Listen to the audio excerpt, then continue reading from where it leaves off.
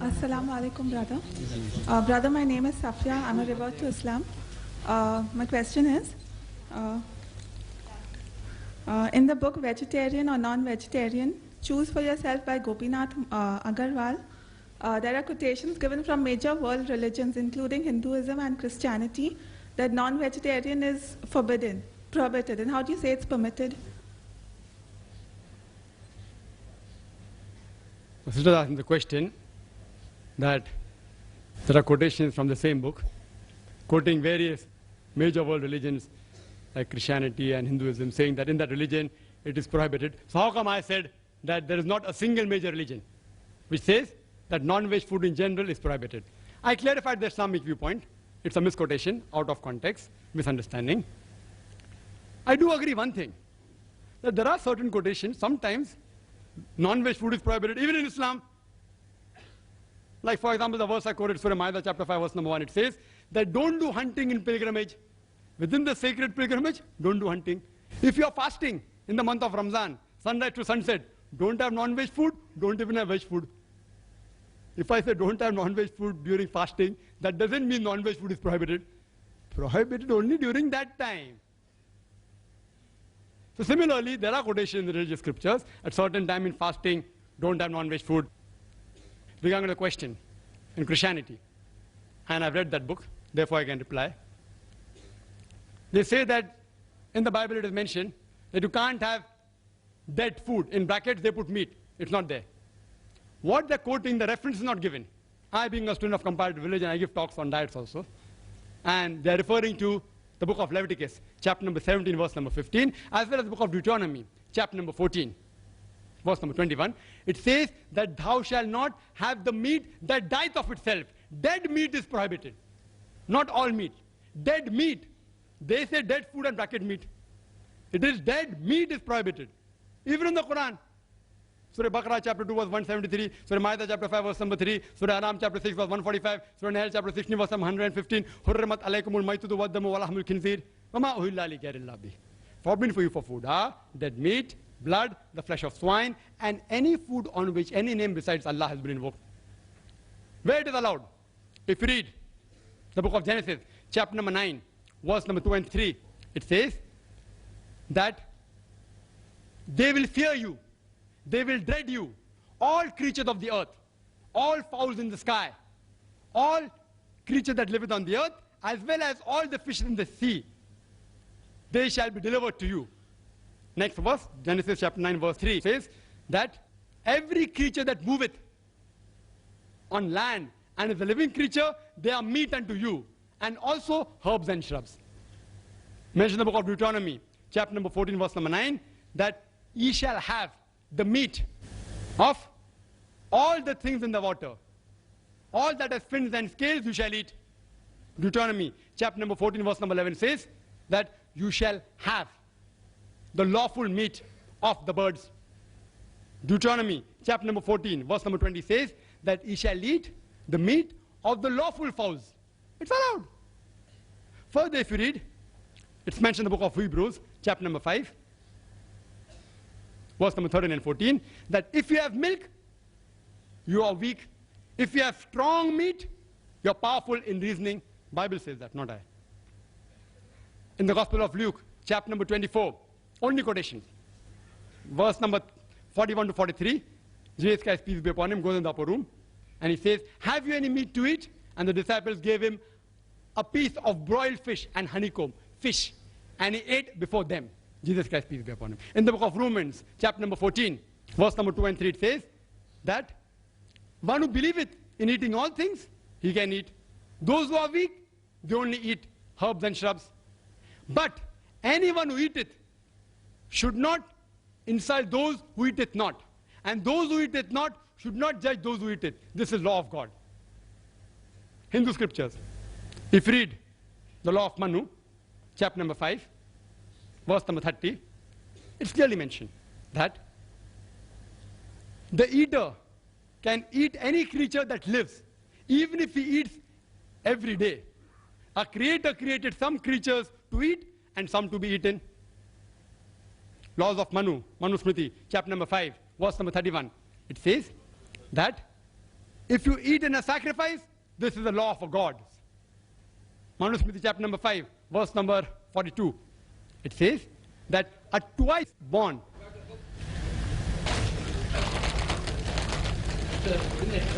Yes, brother.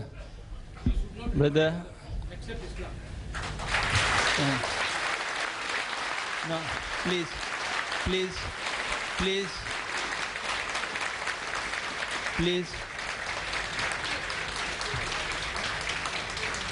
I'm always prepared. I'm always prepared when I quote scriptures. Therefore, it's not on the table, it's inside. I wasn't supposed to quote unless compelled otherwise. Now they're compelling me to answer. Therefore, I kept it behind. Otherwise, my books are in the front always. They're compelling me to reply, therefore I'm replying. It's within the rules of the debate. I haven't completed yet. I have to speak for 5 minutes. What?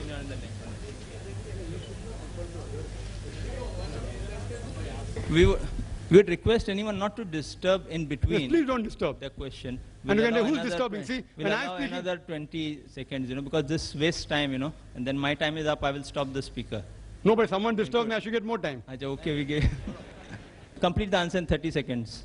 It's further mentioned in the Manusmriti chapter number 5, verse number 35, you can have meat. In Rig Veda, book number 10, hymn number 16, verse number 10, you can have meat. Rig Veda, book number 10, hymn number 85, verse number 13. Rig Veda, book number 10, hymn number 86, verse number 13. Says the same thing. You can have meat in Mahabharata, Anushashan Parv, chapter 88. If you read, Bhishma gives the advice to Yudhishthir. It's also mentioned in Manusmriti, chapter number 3, verse number 266 to 272. It's mentioned there that if you want to please your ancestors, if you give herbs and shrubs, you will gratify them only for 1 month. If you give fish, for 2 months.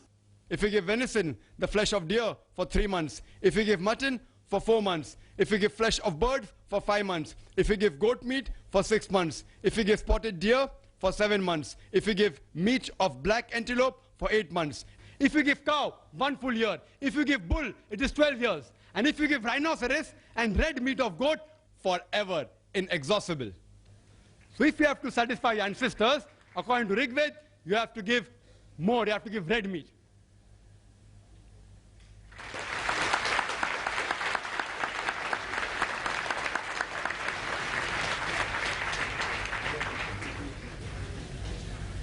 Assalamu alaikum.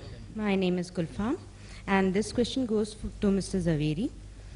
Sir, in your dialogue, you said, Jain Munis don't kill plants, they ask for alms. So is it that they force others to kill plants for them? Or is it that when they put masks on their face, they are not killing the germs and others are killing the germs by not putting the mask on the face? What is it? Please clarify. It's a very good question, sister. I am really very happy. Of all the questions, I would definitely give you first number, because it is said in Jain religion that you should not kill anybody, you should not allow anybody to kill, and you should not appreciate if one kills. So all these 3 things are there. So if a Jain Muni comes to know that this food is prepared for him, he will not take it. So this is the rule of Jain Muni. When they come to us for begging, they ask us very clearly. We also know that they will ask us, have you prepared anything for us? We have to very honestly say, we have not prepared anything, it is for us. We have prepared, say, 4 chapatis. He will take only 1, we will be happy with 3. This is the way of begging of a Jain Muni. He will not kill, he will not allow others to kill, he will not propagate killing, he will not even eat if he comes to know that this food is prepared for a Jain Muni. I am happy that in this august and enlightened audience, I have been given an opportunity to clear the viewpoints of Jain Muni. Thank you very much, and I will now request coordinator that Mr. Trivedi and myself, it is really going on so nicely that we would like to continue here for hours together, but I am sorry that time constraint is such. Last 2 questions, we'll allow 5 minutes left. I don't think it will be... I think we have been talking so much about vegetarian food and non-vegetarian food, but we are all hungry now. I think we should go and eat. So only last 2 questions and then we disperse. The Mr. Trivedi has said we'll allow last 2 questions on the mic. When can we have the next question for Dr. Zakir? Yes. Acha, there's a request for Mr. For you want to ask question too?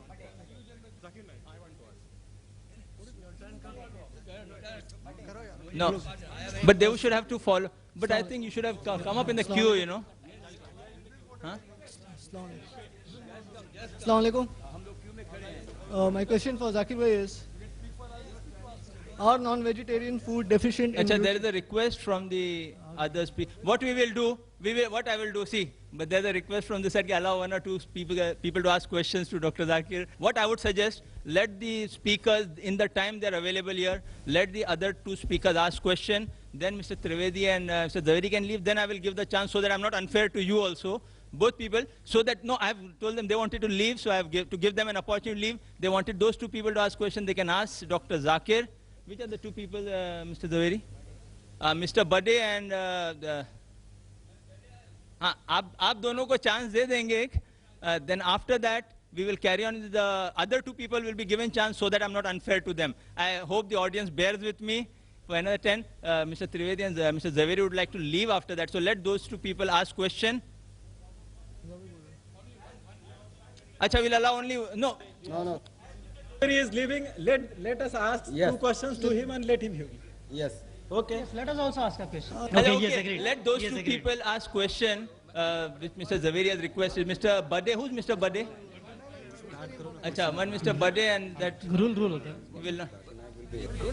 Acha, and the other 2, they too, acha, we'll allow them to ask 2 questions to... To Dr. Hussain.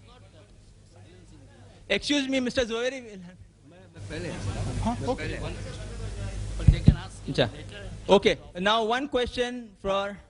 Yes, 1 question he'll ask, 1 you'll ask. Then I will allow Mr. Zaveri, after you all have finished your 2 questions, and 1 minute. After they finish the 2 questions, you have finished your 2, I'll allow them to leave. Then the other 2 who have missed their chance will be given permission. Beyond that, those who are missing because of these 2 people will be given a chance. Beyond that, I will not allow. Please.